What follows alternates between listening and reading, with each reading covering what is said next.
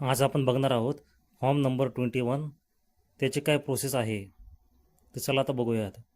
1 April 2026 पासून लागू झालेला नवीन आयकर कायदा 2025 अंतर्गत बँक मुदत ठेवी म्हणजेच FD वरील व्याजावरील TDS टाळण्यासाठी फॉर्म नंबर 15G आणि 15Hच्या जागी आता फॉर्म नंबर 121 म्हणजेच 121 भरावा लागतो.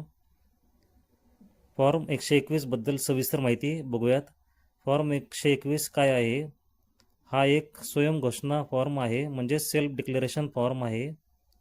याद्वारे तुम्ही बँकेला सांगता की तुमचे एकूण उत्पन्न करपात्र मर्यादेपेक्षा कमी आहे, त्यामुळे FDच्या व्याजावर TDS म्हणजेच टॅक्स डिडक्टेड ॲट सोर्स कापू नये.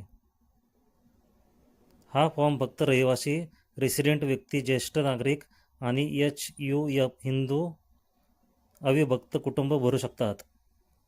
ज्यांचे वय किंवा वय आधारित करमुक्त मर्यादा विचारात घेता वार्षिक कर दायित्व 0 टॅक्स लायबिलिटी आहे. फॉर्म 121ची मुख्य वैशिष्ट्य: वयनिरपेक्ष 60 वर्षाखालील पूर्वी 15G आणि 60 वर्षावरील पूर्वी 15H अशा प्रकारचे अशा सर्वांसाठी आता एकच फॉर्म आहे 121. वैधता: एकदा भरलेला फॉर्म हा एका आर्थिक वर्षासाठी उदाहरणार्थ 2026 ते 2027 वैध राहतो. UIN: या फॉर्मला 26 अंकी युनिक आयडेंटिफिकेशन नंबर UIN मिळतो, ज्यामुळे पारदर्शकता राहते. फॉर्म कधी भरावा? आर्थिक वर्षाच्या सुरुवातीला किंवा बँकेने व्याज जमा करण्यापूर्वी. बँक FDवर टॅक्स म्हणजेच TDS कधी लागतो? TDS मर्यादा: जर एका आर्थिक वर्षात सर्व बँक ठेवीवर मिळून मिळणारे एकूण व्याज 50,000 पेक्षा जास्त असेल तर बँक TDS कापते.